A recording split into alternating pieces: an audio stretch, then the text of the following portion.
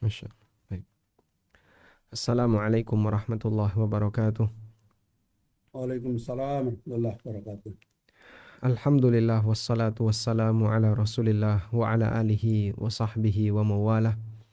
Wa ashhadu an la ilaha illallah wahdahu la syarikalah. Wa ashhadu anna Muhammadan abduhu wa rasuluh.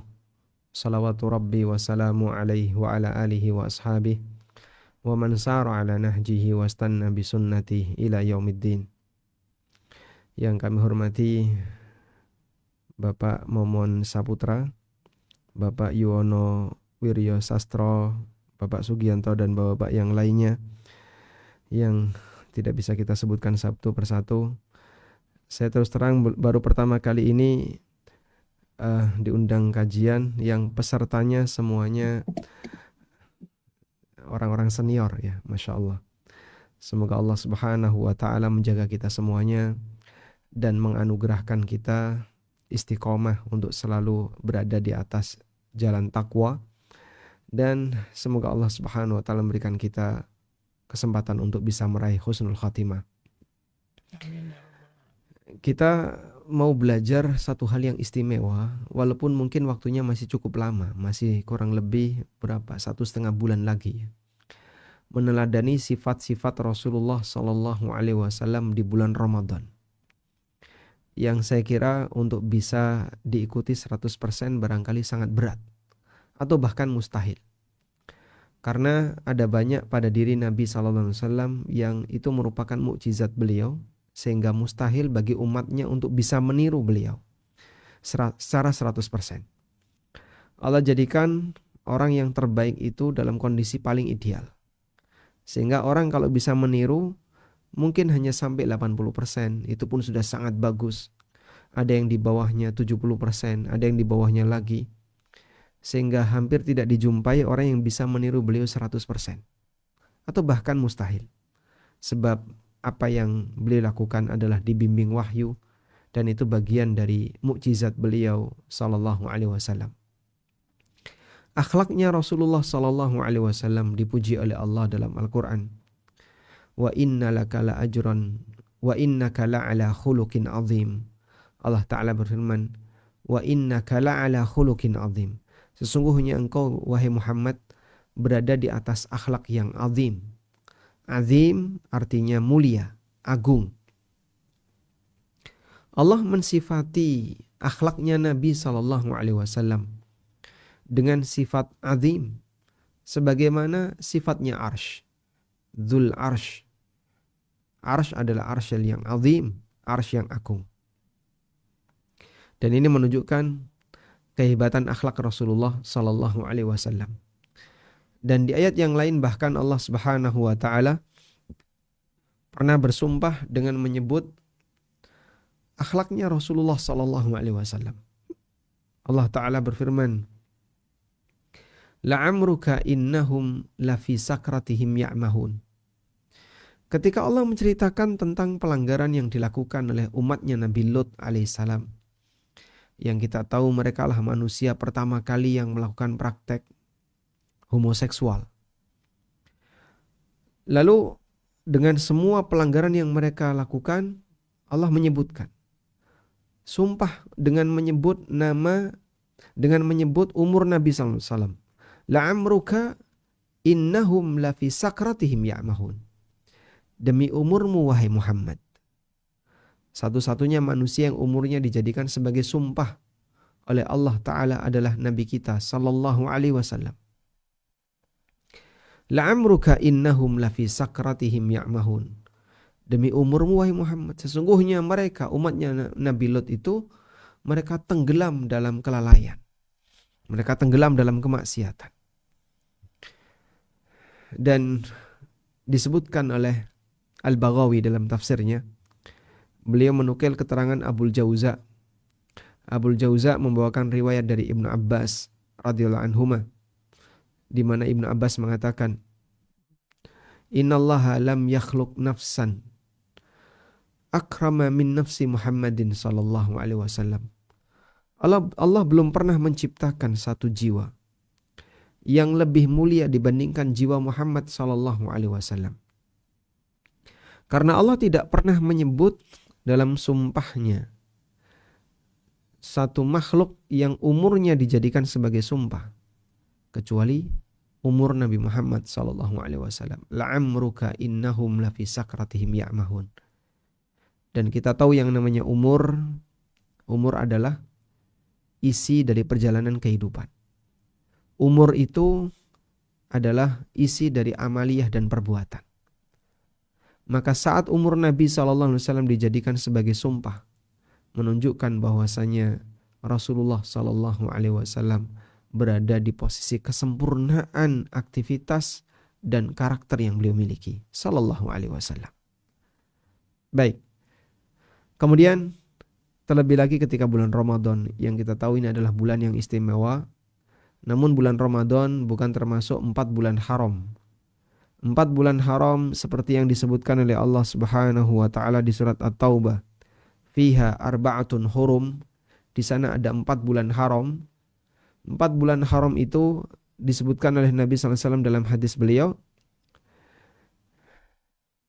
Beliau mengatakan, Allah Subhanahu wa taala, "Inna zamana qad istadara ka hay'atihi yawma khalaqallahu as-samawati wal ard.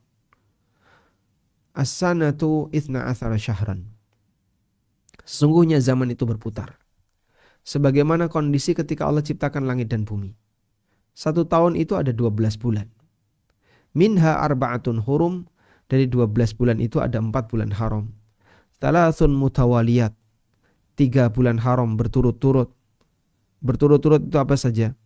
Dzulqa'dah, Dzulhijjah, Muharram. Dzulqa'dah, Dzulhijjah, Muharram. Wa Rajab Mudhar, dan bulan Rajab yang dimuliakan oleh suku Mudhar. Ma baina Jumada wa Sya'ban, yang jatuh antara Jumada Tsaniyah dan Sya'ban. Itulah bulan Rajab yang saat ini kita jalani. Dan Allah Subhanahu wa taala memberikan peringatan berkaitan dengan keberadaan bulan haram ini, bulan yang istimewa ini, sebagaimana yang Allah sebutkan di surat At-Taubah ayat 36. Inna iddatash syuhuri 'indallahi 12 syahran. Sesungguhnya jumlah bilangan di sisi Allah itu ada 12 bulan. Fi kitabillah, dalam ketetapan Allah. Yauma khalaqas samawati wal ard, pada hari di mana Allah menciptakan langit dan bumi. Minha arba'atun hurum, dari 12 bulan itu ada 4 bulan haram. Dzalikad dinul qayyim, itulah agama yang lurus. Fala tadlimu fihinna anfusakum, maka janganlah kalian mendolimi diri kalian fihinna, di bulan-bulan haram itu. Dan bentuk mendolimi diri di bulan-bulan haram adalah ketika seseorang rajin berbuat maksiat. Ketika seseorang berbuat kedurhakaan kepada Allah, baik meninggalkan kewajiban atau melanggar larangan. Karena itu para ulama memahami bahwa maksiat di bulan haram dosanya lebih besar. Sebagaimana beberapa keterangan yang disampaikan oleh para ulama berkaitan dengan larangan fala tadlimu fihinna anfusakum. Kata Al-Hafidz Ibnu Katsir, fi hadhil ashhuril muharram li'annahu akidun wa ablaghu fil itsmi min ghairiha. Yang dimaksud di sini adalah janganlah kalian berbuat maksiat di bulan-bulan haram ini, karena dosanya itu lebih besar dibandingkan ketika maksiat dilakukan di luar bulan Ramadan. Sebagaimana maksiat yang dilakukan di tanah haram dosanya lebih besar. Maksiat yang dilakukan di bulan haram dosanya besar. Maksiat yang dilakukan di tanah haram dosanya juga besar. Walihada taghalladha fihi ad-diyah fi madhhab asy-Syafi'iyyah wa ta'ifatun katsiratun minal ulama. Karena itulah pembunuhan yang dilakukan di bulan haram, maka nanti hukumannya dibuat lebih besar. Diatnya diat mughalladhah, diat yang paling besar.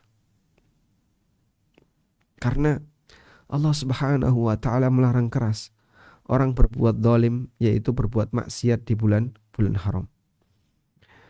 Baik, sebagaimana kata Qatadah bin Di'amah, seorang ulama tabi'in, inna dzulma fil ashhuril hurumi a'dhamu khati'atan wa wizra minadz-dzulmi fima siwaha.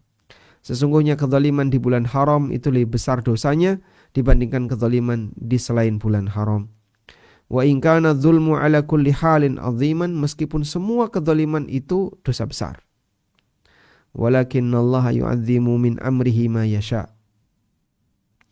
Namun Allah Subhanahu wa taala menilai lebih besar sebagian di antara ketetapannya sesuai dengan apa yang Dia kehendaki. Baik. Selanjutnya kita mau bahas nih tentang bagaimana akhlaknya Nabi SAW di bulan Ramadan. Bulan Ramadan bulan istimewa meskipun tidak masuk dalam kategori bulan haram. Sekarang kita lihat bagaimana akhlaknya Rasulullah SAW ketika bulan Ramadan. Yang pertama, kana Nabi sallallahu alaihi wasallam yafrah wa yubashshir bi syahri Ramadan. Nabi SAW itu merasa bahagia. Dan beliau menyampaikan kabar gembira kebahagiaan itu kepada para sahabat dengan hadirnya bulan Ramadan. Bahkan sampai satu ketika saat datang bulan Ramadan, Rasulullah sallallahu alaihi wasallam beliau berkhutbah di atas mimbar. Qad ja'akum Ramadan. Telah datang bulan Ramadan. Lalu beliau menyebutkan aneka keistimewaan bulan Ramadan. Mulai dari pintu-pintu langit dibuka, pintu-pintu surga dibuka, pintu neraka ditutup. Kemudian setan dibelenggu. Lalu orang dimudahkan untuk berbuat ketaatan. Rasulullah SAW juga menyebutkan di situ ada Lailatul Qadar. Beliau mengatakan, inna hadza syahra qad hadarakum. Bulan ini telah datang. Wa fihi lailatun khairun min alfi syahr. Di dalamnya ada satu malam yang lebih baik daripada 1000 bulan. Man hurimaha faqad hurimal khaira kullahu. Kalau ada orang yang dipersulit, ya, tidak dimudahkan oleh Allah untuk mendapatkan keutamaan Lailatul Qadar, berarti dia telah dijauhkan untuk mendapatkan semua kebaikan. Berarti dia telah dijauhkan untuk mendapatkan semua kebaikan. Karena Lailatul Qadar saja dia nggak sanggup untuk mendapatkannya, apalagi di malam-malam yang lain. Wa yaqulu sallallahu alaihi wasallam, dan Nabi SAW juga bersabda, idza kana awwala lailatin min Ramadan, apabila datang malam pertama bulan Ramadan, suffidatis syayatin, setan itu dibelenggu. Wa maradatal jin, dan jin-jin yang pembangkang dibelenggu. Wa ghulliqat abwaban niran, dan pintu-pintu neraka ditutup. Falam yuftah minha babun, tidak ada satupun pintu yang dibuka. Wa futihat abwabul jannah, dan dibuka pintu-pintu surga. Falam yughlaq minha babun, dan tidak ada satupun pintu yang ditutup. Wa yunadi munadin kulla lailatin, dan setiap malam ada seruan, ya baghiyal khairi aqbil, meskipun kita enggak dengar. Wahai yang punya semangat untuk berbuat baik, ayo lakukan berbuat baik. Wa ya baghiyasy syarri aqsir, wahai yang punya semangat untuk berbuat jahat, aqsir, berhenti sejak sekarang. Walillahi utaqa'u minan nar wa dzalika kullal lailatin. Dan Allah memiliki utaqa, orang-orang yang nantinya akan dibebaskan dari neraka. Dan itu terjadi setiap malam. Nah, Rasulullah SAW menyadari Ramadan yang demikian istimewa itu layak untuk diberikan kabar gembira bagi para sahabat. Tapi Pak, bagi sebagian orang rasanya tersiksa. Loh kenapa? Puasa lagi. Kemarin rasanya puasa, capeknya belum hilang. Sekarang sudah diperintahkan puasa lagi. Sudah datang bulan Ramadan lagi. Itu mungkin dalam pikiran orang. Sehingga hal semacam ini membuat dia jadi malas-malasan untuk beribadah. Maka saat Ramadan tiba-tiba Ramadan. Kok sudah datang Ramadan? Kok wis ya poso? Kenapa kok sudah puasa lagi? Jadi seolah-olah dia masih pengen menikmati kesempatan di luar Ramadan. Baik, maka yang pertama Di antara kebiasaan baik Rasulullah SAW ketika datang Ramadan adalah beliau Shallallahu Alaihi Wasallam merasa bergembira dan menyampaikan kabar gembira itu kepada para sahabat. Kemudian yang kedua, Rasulullah Shallallahu Alaihi Wasallam sangat semangat untuk makan sahur ketika Ramadan. Ada banyak sekali motivasi yang diberikan Nabi SAW agar kita sahur. Di antaranya dalam hadis riwayat Bukhari Muslim, Nabi SAW bersabda, Innallaha wa malaikatahu yusalluna 'alal mutasahhirin. Sungguhnya Allah dan para malaikatnya, mereka memberikan salawat kepada orang yang makan sahur, kepada orang yang sahur. Hadis riwayat Bukhari Muslim. Dalam hadis yang lain Nabi SAW bersabda, Sahiru, lakukanlah sahur. Fa inna fis sahuri barakatun. Barakatan, karena dalam kegiatan sahur itu ada keberkahan. Sehingga Rasulullah SAW kasih motivasi, ayo sahur. Dalam kegiatan sahur itu ada keberkahan. Hadis riwayat Bukhari dan Muslim. Wa qabla al-ghurubi yuraddidu adhkaral masa. Sementara sebelum matahari tenggelam, Nabi SAW banyak melakukan dzikir. Jadi kalau sebelum subuh beliau sahur, kemudian sebelum maghrib Rasulullah SAW banyak berzikir.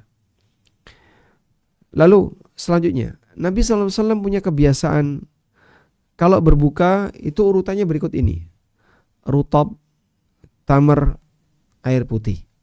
Rutab, tamar, air putih. Apa itu rutab? Rutab artinya kurma basah. Wa kana sallallahu alaihi wasallam yuftiru qabla ayusalliya alayya rutabatin ala rutabatin. Nabi SAW kalau sudah berbuka sebelum sholat maghrib, maka beliau mengkonsumsi rutab dulu. Fa illam takun rutobat, jika beliau tidak menjumpai rutab, fa tumairat, fa illam takun tumairat hasawatin min ma. Kalau enggak ada rutab, pakai tumairat, hanya beberapa tamar. Tamar itu kurma kering. Kalau enggak ada kurma kering, baru minum air. Masya Allah. Demikian urutan yang diajarkan Nabi SAW ketika berbuka. Kurma basah, kalau enggak ada kurma kering, kalau enggak ada baru air. Wa qala sallallahu alaihi wasallam, la yazalun nasu bi khairin ma ajjalul fitra. Manusia akan senantiasa mendapatkan kebaikan sepanjang mereka menyegerakan berbuka. Kok bisa ya Pak? Cuman sebatas menyegerakan makan dan minum, tapi bisa mendatangkan kebaikan. Padahal kan cuman makan minum. Ya, selisih setengah jam itu efeknya apa? Tak tinggal sholat maghrib dulu, dan nanti berbukanya gak minum, gak makan. Berbukanya nanti setelah sholat maghrib. Ini keliru. Seharusnya gimana? Seharusnya kamu begitu dengar adzan masuk maghrib segera berbuka. Sehingga ini masalah kedisiplinan. Ini masalah kedisiplinan. Kalau orangnya disiplin, maka dia akan tepat waktu. Waktunya berbuka, berbuka. Gak ditunda. Masya Allah. Sehingga Muslim yang disiplin adalah dia laksanakan sesuai dengan kondisinya. Kemudian Rasulullah SAW membaca doa setelah berbuka. Dhahabat dhama'u wabtallatil uruqu wa thabatal ajru insyaallah. Dan hadis ini hasan. Ya. Rasulullah SAW tidak pernah mencela makanan. Wa kana la ya'ibu ta'aman qat. Tidak pernah mencela makanan sama sekali. Kalau beliau pingin, beliau makan. Kalau enggak pingin, ya beliau tinggalkan. Dan beliau diam, tidak dicela. Selanjutnya Nabi SAW biasa duduk di rumah, di masjid beliau setelah sholat subuh sampai matahari terbit. Dan Rasulullah SAW ngasih motivasi. Man shallal ghadata fi jama'atin. Siapa yang sholat subuh secara berjamaah. Tsumma qa'ada. Kemudian dia tetap duduk. Yadhkurullaha, mengingat Allah. hatta tatlu asyamsu, sampai matahari terbit. Tsumma shalla rak'atain, kemudian dia salat 2 rakaat. Jadi urutannya salat subuh berjamaah, terus dia zikir sampai matahari terbit. Setelah itu dia salat 2 rakaat. Kanat lahu ka ajri hajjatin, maka itu menjadi pahala sebagaimana pahala haji, wa umratin, dan umrah, tamatin tamah, sempurna. Ya, kita mengakui hadis ini masih diperselisihkan. Namun ada sebagian yang menilai hadis ini sebagai hadis hasan, sehingga bisa diterima. Lalu Nabi SAW ketika Ramadan itu sangat dermawan. Dermawannya beliau digambarkan oleh Ibnu Abbas radhiyallahu anhu. Ibnu Abbas pernah mengatakan, karena Rasulullah SAW ajwadan nas.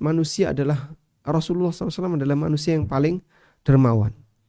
Wa kana ajwada ma yakunu fi Ramadan.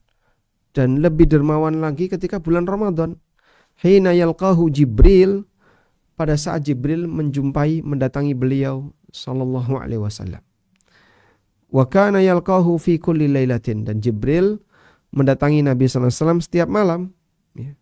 Min Ramadan, ketika bulan Ramadan, fayudarisuhul Quran. Lalu Jibril mengajarkan Al-Quran kepada Nabi sallallahu alaihi wasallam. Fala Rasulullah sallallahu alaihi wasallam ajwada bil khair minar rihil mursalah. Demi Allah, Rasulullah sallallahu alaihi wasallam itu ajwada bil khair, lebih dermawan dalam masalah kebaikan, minar rihil mursalah, dibandingkan angin yang lembut. Baik. Jadi Rasulullah SAW ketika Ramadan gimana, Pak? Beliau sangat dermawan. Pelitnya itu 0. Coba bayangin kalau ada orang yang pelitnya 0. Beliau tidak punya malas. Bagaimana kita malas? Beliau tidak punya perasaan pelit. Beliau tidak iri dengan orang lain. Itulah Rasulullah SAW. Sehingga beliau adalah orang yang sangat indah akhlaknya, dan akhlak beliau jadi mukjizat. Wallahu a'lam. Kemudian Nabi SAW beliau ketika Ramadan melakukan qiyamul lail, dan bahkan memotivasi bagi kaum muslimin untuk qiyamul lail. Man qama ramadhana imanan wahtisaban ghufira lahu ma taqaddama min dhanbi.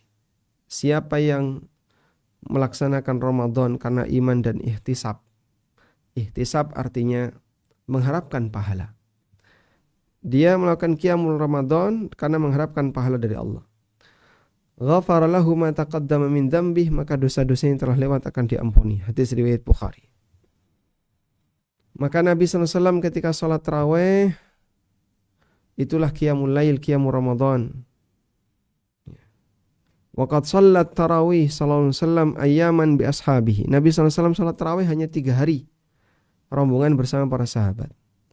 Tsumma lam yakhruj, kemudian beliau tidak keluar rumah, ilaihi, menemui mereka, karena takut akan diwajibkan kepada kalian. Fakana yarji'u ila baitihi wa yusalli minal laili ma sya'allahu la. Dan beliau salat di waktu malam sesuai dengan apa yang Allah kehendaki. Waqad sa'altu Sayyidah Aisyah, dan aku pernah bertanya. Di sini wallahu alam, perawinya tidak disebutkannya.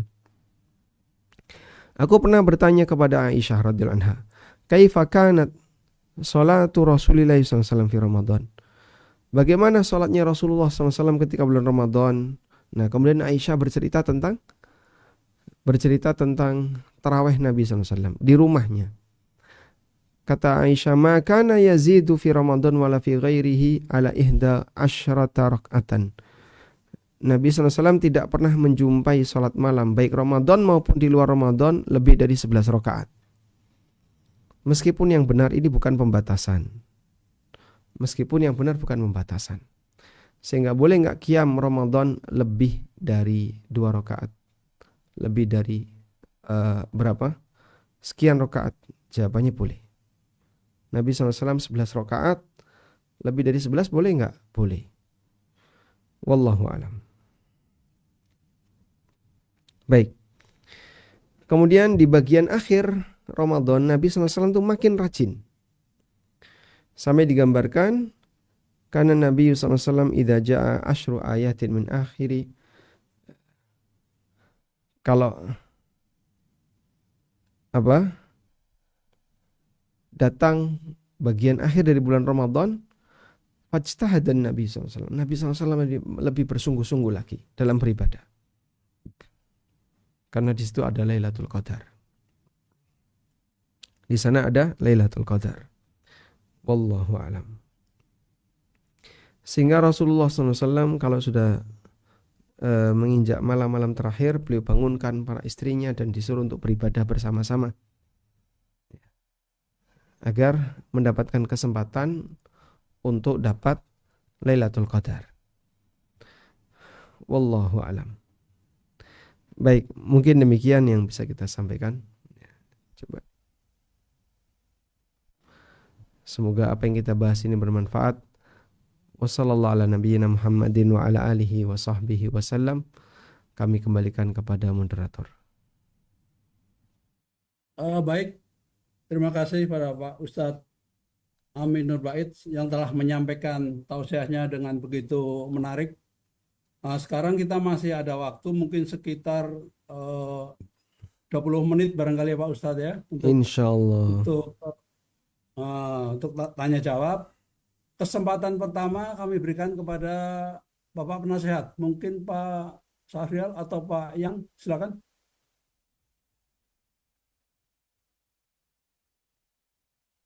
Atau Bapak yang lain?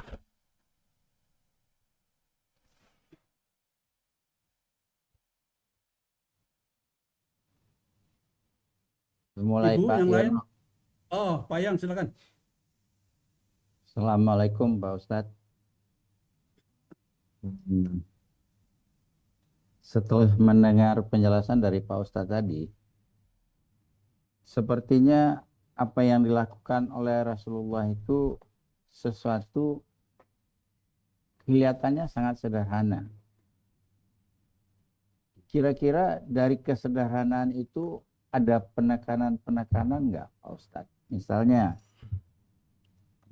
tadi dikatakan kalau beliau itu Qiyamul Lail, itu langsung disambung dengan subuh dan sholat terakhir menjelang duha gitu. Kalau yang saya tangkap ya Pak Ustadz ya. Ada hal-hal yang khusus nggak di situ? Terutama juga mungkin di dalam pelaksanaan ibadah, misalnya harus ke masjid bersama keluarga atau hanya lelaki saja yang ke masjid. Mungkin itu Pak Ustadz pertanyaannya. Terima kasih sebelumnya. Wassalamualaikum warahmatullahi wabarakatuh. Waalaikumsalam warahmatullahi wabarakatuh. Baik, terima kasih. Taib, alhamdulillah. Kalau kita membaca sejarah Rasulullah SAW dan aktivitas Nabi SAW, terkadang kita merasa kayaknya mustahil saya bisa seperti itu. Kalau dilihat dari sisi kuantitas mungkin kita bisa tiru, tapi ada bagian yang tidak mungkin bisa ditiru. Itu adalah kondisi takwa dan hati. Karena itu orang ketika meniru Rasulullah SAW lebih bersifat kepada meniru lahiriah. Kalau batin tidak mungkin bisa sama. Selanjutnya, dari beberapa amalan Nabi SAW memang sangat mudah dipahami. Artinya tidak ada amal yang rumit dalam ajaran syariat kita. Kalau ada yang amal itu rumit sekali, susah dipahami, misalnya untuk mempelajarinya saja nggak paham-paham. Paham nggak? Nggak paham. Wah, berarti terus dijelaskan lagi. Paham? Nggak paham juga. Kalau rumit sekali, itu berarti bukan bagian dari ajaran Islam. Wallahu alam. Sehingga Islam itu hal yang mudah. Jika memahami saja rumit, apalagi melaksanakan. Nah, kemudian berkaitan dengan ibadah yang dilakukan oleh Nabi SAW, penekanannya ada di mana?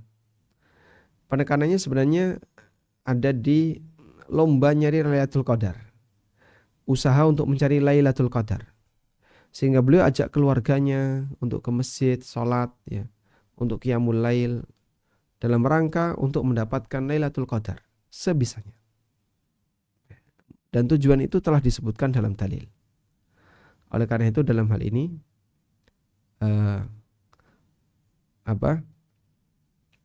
berkaitan dengan penekanan yang dilakukan oleh Nabi SAW, sebenarnya lebih bersifat kepada mengajarkan umatnya untuk berusaha mencari Lailatul Qadar yang dirahasiakan oleh Allah Subhanahu wa taala. Wallahu akbar. Wallahu a'lam.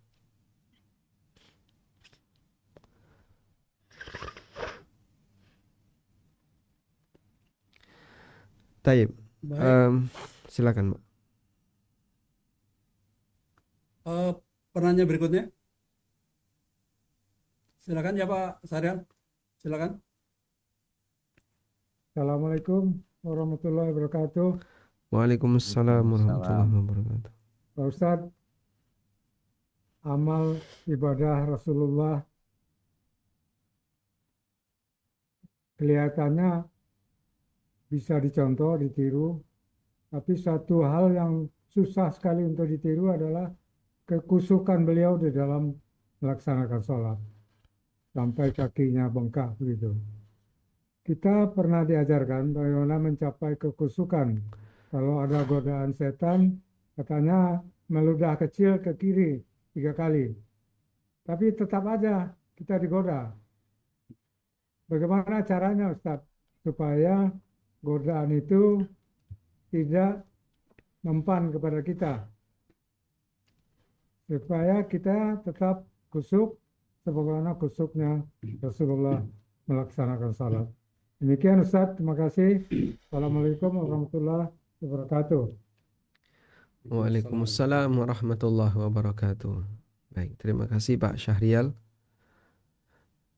Baik, khusyuk itu sebenarnya lebih dominan amal batin, ya. Dan Rasulullah SAW ketika khusyuk dalam sholat itu sampai beliau tidak perhatian dengan jasad. Ibaratnya saking khusyuknya sampai kaki bengkak itu nggak terasa. Saya ketika membaca hadis seperti ini sempat bingung, apa bisa orang kakinya bengkak nggak terasa ketika sholat? Akhirnya ada sebuah penjelasan yang disampaikan oleh Syekh Muhammad Al-Khamis. Beliau mengatakan ada orang kecelakaan, misalnya dia sama anaknya kecelakaan, terus anaknya terpental. Maka saat dia kecelakaan, dia lihat anaknya tidak ada di dekat dia, dia bangun untuk nyari anaknya. Ketemu anaknya, wah, ternyata anaknya selamat, dipeluklah anaknya. Anaknya selamat, walhamdulillah. Keluar darah dari kepala, itu mungkin gak terasa. Sampai diingatkan orang, loh Pak, kepalanya berdarah. Oh iya. Terus tadi gimana? Tadi saya fokus untuk nyari anak. Maka fokus untuk hal tertentu itu sampai menyebabkan dia lupa dengan apa yang dia alami. Ya. Oleh karena itu dalam hal ini, sholat yang khusyuk adalah yang sampai terlalu fokus dengan isi sholat, membuat seseorang itu jadi tidak bisa merespon kanan kirinya. Tapi ini beratnya, sehingga butuh latihan panjang. Saya sendiri menulis sebuah buku judulnya Tafsir Sholat, yang itu memahami makna dari setiap gerakan dan bacaan dalam sholat. Dan alhamdulillah buku ini cukup laris. Semoga bisa memberikan pencerahan bagi kaum muslimin apa yang perlu direnungkan ketika sholat. Jadi kalau Bapak bertanya bagaimana caranya untuk bisa khusyuk, ya, perjalanan itu panjang. Tapi tahap awalnya adalah belajar. Belajar untuk khusyuk. Wallahu a'lam. Nah, sementara hadis meludah ke kiri sebanyak 3 kali sambil membaca a'udzubillahi minasyaitonirrajim. Hadis ini sahih, namun yang dimaksud adalah ketika terlintas pikiran-pikiran yang enggak benar. Entah pikiran A, pikiran B dalam sholat yang kita kerjakan. Maka usir pikiran itu dengan membaca a'udzubillah lalu meludah ke kiri sebanyak 3 kali. Dan ludahnya tidak sampai keluar air liur, ya. cuman meludah seperti orang selilitan, kemudian dia buang. Jadi tidak begitu menggambarkan penampilan. Yang penting pokoknya meludah ke kiri dan tidak basah. Jadi seperti angin aja yang diinginkan. Wallahu a'lam. Baik, penanya berikutnya, silakan. Pak Yono, Pak Jundun, saya silakan. mau nanya ya. Assalamualaikum warahmatullahi wabarakatuh, Pak Ustaz Waalaikumsalam yang saya warahmatullahi hormati. wabarakatuh. Tadi Pak Ustaz menjelaskan satu hadis yang memang sangat populer di dalam bulan Ramadan. Iza ja'a Ramadan futihat abwabul jannah wa ghulqatil abwabun nar wa subbidatis syaitan. Yang jadi penekanan kita di sini adalah setan-setan itu dibelenggu. Artinya bagaimana kita memaknai kata-kata setan itu dibelenggu. Padahal kita paham bahwa inna syaitana lakum adu mubina. Bahwa setan itu dimanapun dia akan terus mengganggu.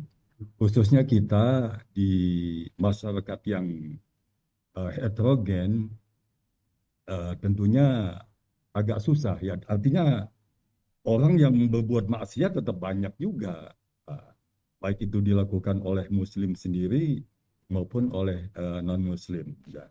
Bagaimana kita memaknai bahwa di bulan Ramadan itu setan-setan dibelenggu?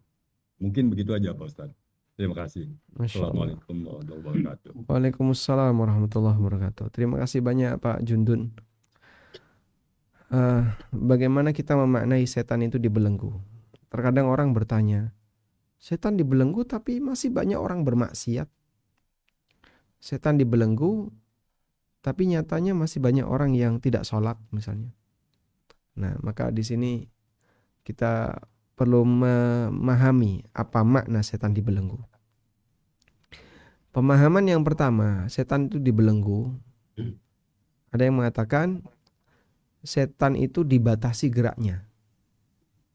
Allah Maha Kuasa untuk melakukan hal itu. Setan dibatasi geraknya sehingga dia tidak leluasa. Maka belenggunya di sini bukan belenggu dalam arti dia tidak bisa mengakses, tapi geraknya dibatasi. Ini makna yang pertama. Makna yang kedua, bahwa setan-setan dibelenggu maksudnya adalah setan yang besar-besar. Maradatul jin, setan yang nakal, pembangkang itu yang dibelenggu. Sementara setan yang tidak nakal ya, tidak dibelenggu. Atau ada setan yang godaannya masih ringan, tidak dibelenggu. Nah, itu tiga makna tadi ya. Jadi pertama sebenarnya bukan dibelenggu tapi setan dibatasi geraknya. Yang kedua dibelenggu semua setan. Yang ketiga hanya setan-setan pembesarnya saja yang dibelenggu. Lalu kenapa ada maksiat? Padahal setan sudah dibelenggu. Ada dua kemungkinan makna. Yang pertama, karena maksiat itu bisa saja terjadi disebabkan hawa nafsu. Setan tidak terlibat menggoda dia, tapi dia berbuat maksiat. Maka dalam hal ini maksiat murni terbit dari hawa nafsu. Sehingga setan nggak terlibat di situ. Ya meskipun sah-sah saja tetap menyalahkan setan. Yang kedua, ada maksiat yang disebabkan karena godaan setan yang kecil-kecil tadi.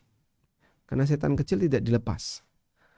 Atau yang ketiga, dia berbuat maksiat ya.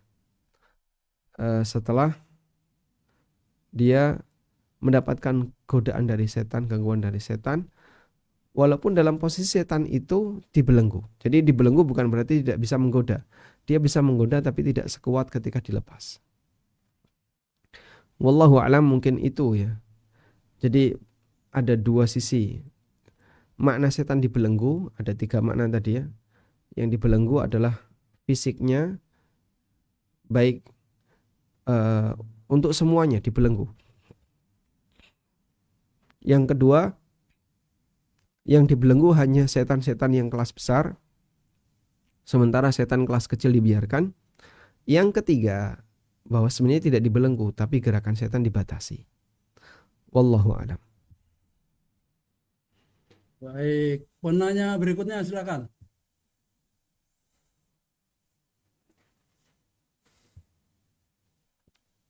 Eh, Ya, Pak Pak Harisman. Yono, ya. Ya, silakan Pak Harisman. Mohon izin. Assalamualaikum warahmatullahi wabarakatuh. Waalaikumsalam warahmatullahi wabarakatuh.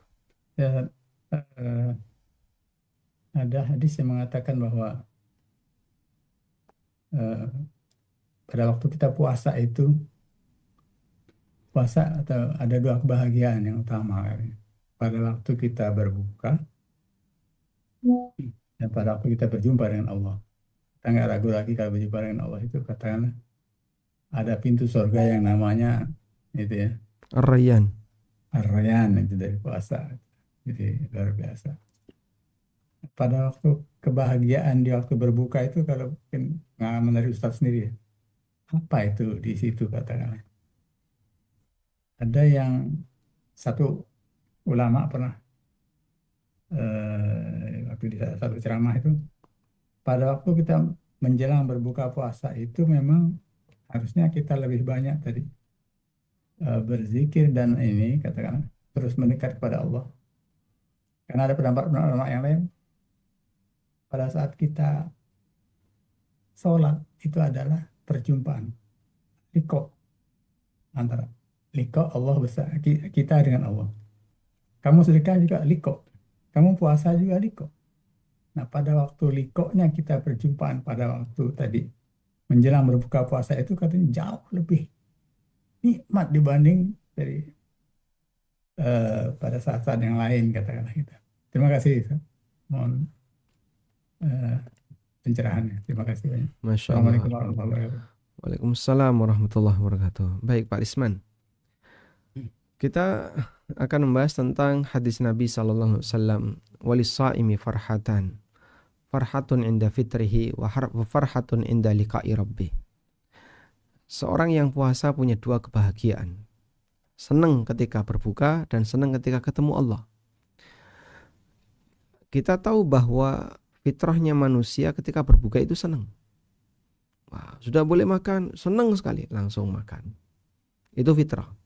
Ya. Walaupun bisa jadi dia lebih kuat untuk puasa sampai Isya misalnya. Tapi senang dalam hal ini itu bagian dari fitrah. Nah, kemudian sehingga ada orang yang berbahagia dengan berbuka itu tidak kita tolak. Karena itu fitrah. Kamu puasa selesai kok malah bahagia. Ya nyuruhnya kayak gitu. Ya. Artinya fitrahnya manusia itu selalu dia merasa senang ketika ketika dia berbuka. Ya. Yang kedua berkaitan dengan masalah apa tadi? Puasa sendiri itu adalah ibadah, kedekatan kepada Allah. Terus apa tadi Pak yang mau ditanyakan?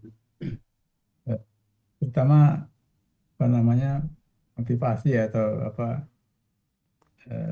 dari Ustadz sendiri katakanlah dari pada kebahagiaan itu yang Ustadz rasakan itu Iya. bagaimana? Jadi ketika kita berbahagia kita disyaratkan untuk banyak bersyukur. Oleh karena itu selesai Ramadan Allah berfirman walitukmilul iddata walitukabbirullaha.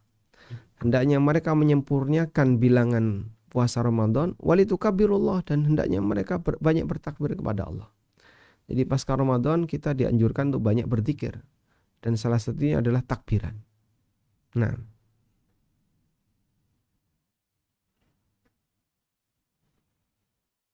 baik, ada lagi mungkin? Baik, ini mungkin pertanyaan terakhir ya, karena sudah jam 9 lewat 5. Mungkin kalau dari ibu-ibu ada, mewakili ibu-ibu.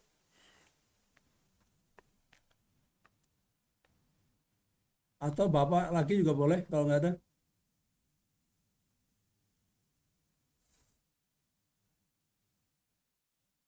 Terakhir silakan.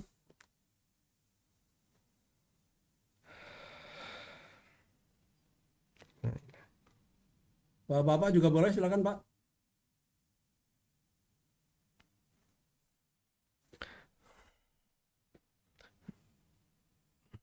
Nah, baik, mungkin eh, sekiranya nanti kalau ada yang mau didiskusikan, barangkali sekarang tidak sempat Ya, muncul belum ya. kepikir.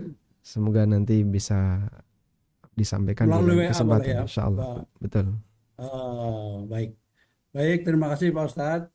Eh, Bapak Ibu sekalian, selanjutnya kita masuk ke acara kelima.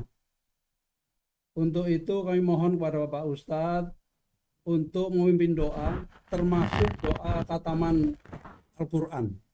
Kepada Bapak Ustadz kami persilakan.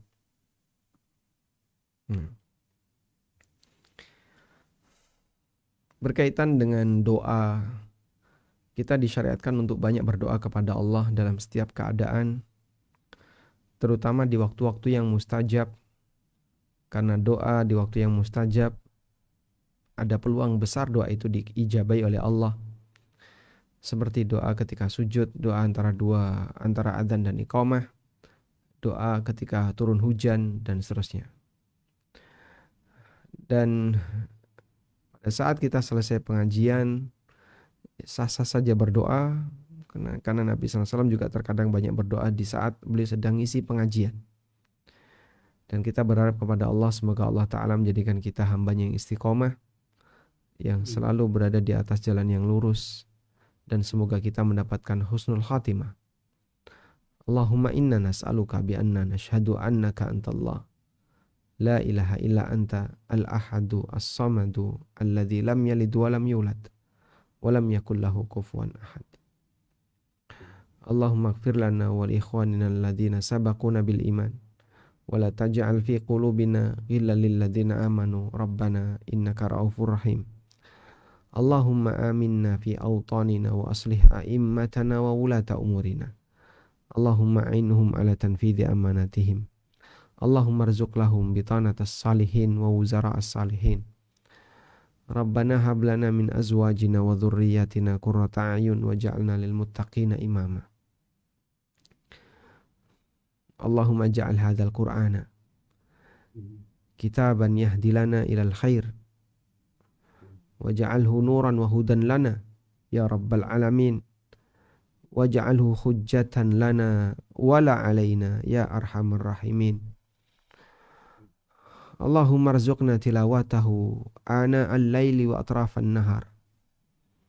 Allahumma ja'alhu imaman lana fi kullil haya waftah lana minal ilmi ma yughlaq ya rabbal alamin.